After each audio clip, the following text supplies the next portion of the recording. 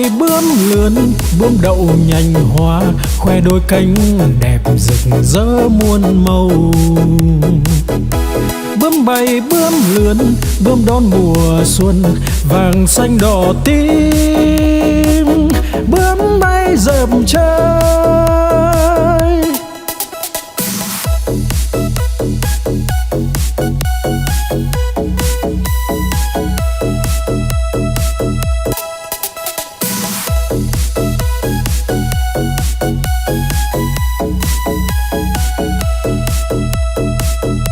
Bướm bay bướm lượn, bướm đậu nhành hoa, khoe đôi cánh đẹp rực rỡ muôn màu.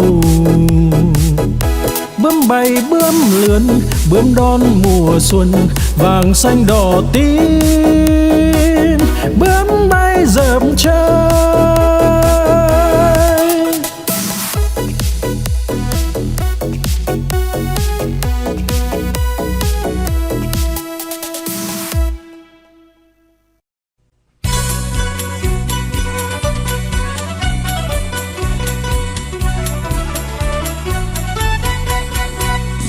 Đi chân bò cầm cây roi thật to, bò không đi lấy cây roi ra chọc đít bò, bò đứng dậy đi ngay.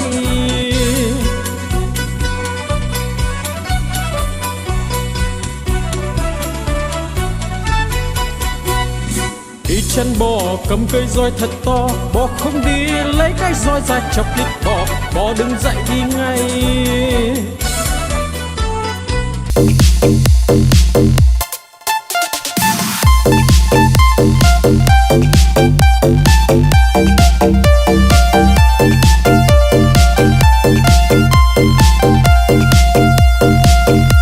Đi cầu đi quan, đi bán lợn con, đi mua cái xong đem về đun nấu, mua quả dưa hấu về biếu ông bà, mua một đàn gà về cho ăn thóc, mua lược chải tóc, mua cặp gội đầu, đi mau về mau kẻo trời sắp tối.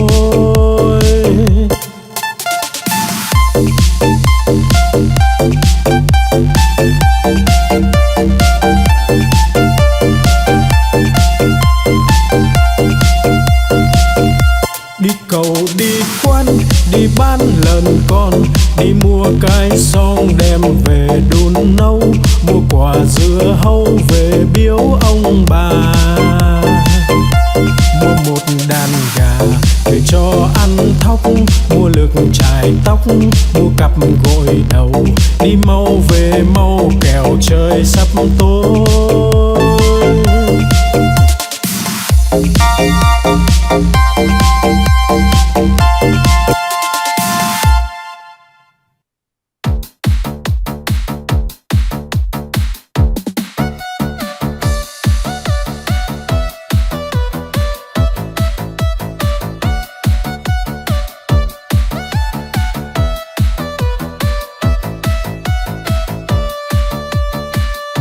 No lòng vĩ dạ là con cá cơm, không ướp mà thơm là con cá ngát, liệng bay thoăn thoắt là con cá chim, hột cẳng chết chìm là con cá đuối, nhiều năm nhiều tuổi là cá bạc đầu, đủ chữ đủ câu là con cá đối, mai nở tàn tối là con cá hoa, trắng muốt làn da là cá út thịt, lưng dài hẹp nách là cá lòng tong, ốm yếu hình dung là con cá nhái.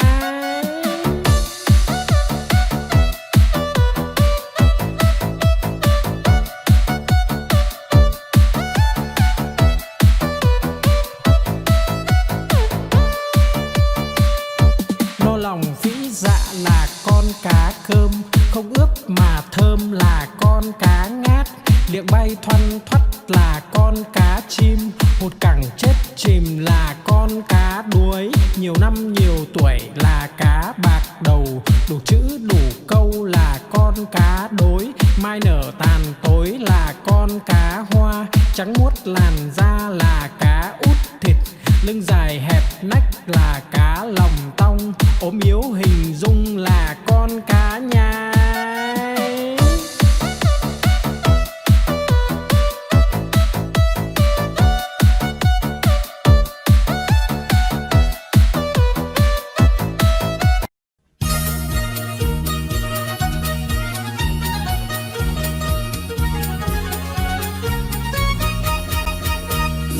đi chân bò cầm cây roi thật to, bò không đi lấy cây roi ra chọc đít bò, bò đứng dậy đi ngay.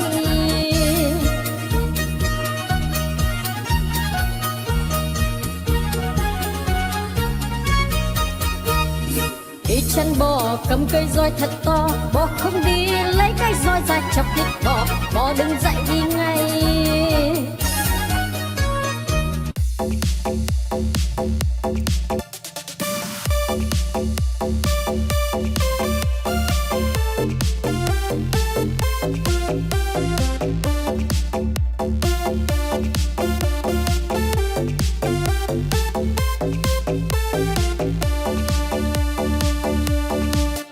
Con cua mà có hai càng, đầu tai không có bò ngang cả đời.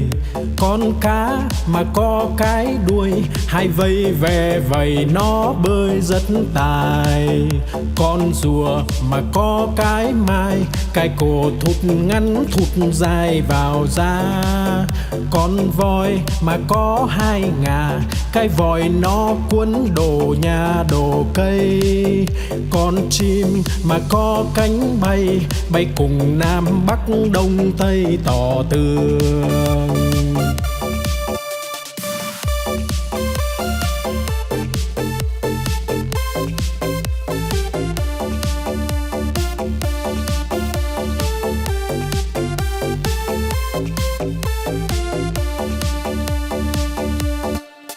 Con cua mà có hai càng, đầu tai không có bò ngang cả đời.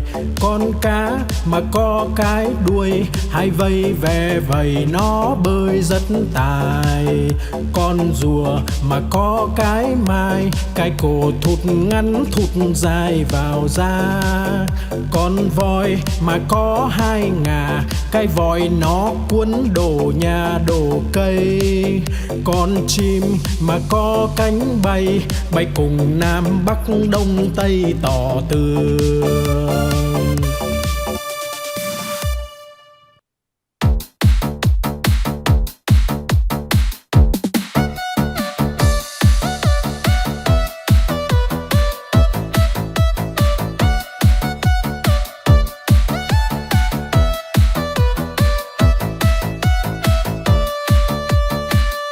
No lòng phĩ dạ là con cá cơm, không ướp mà thơm là con cá ngát.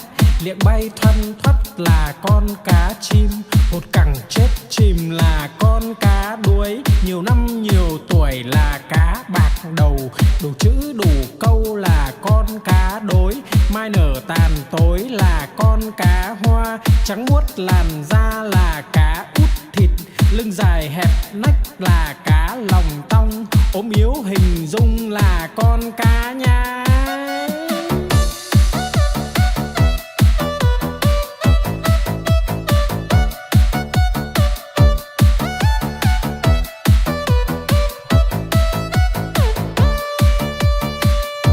No lòng phĩ dạ là con cá cơm, không ướp mà thơm là con cá ngát.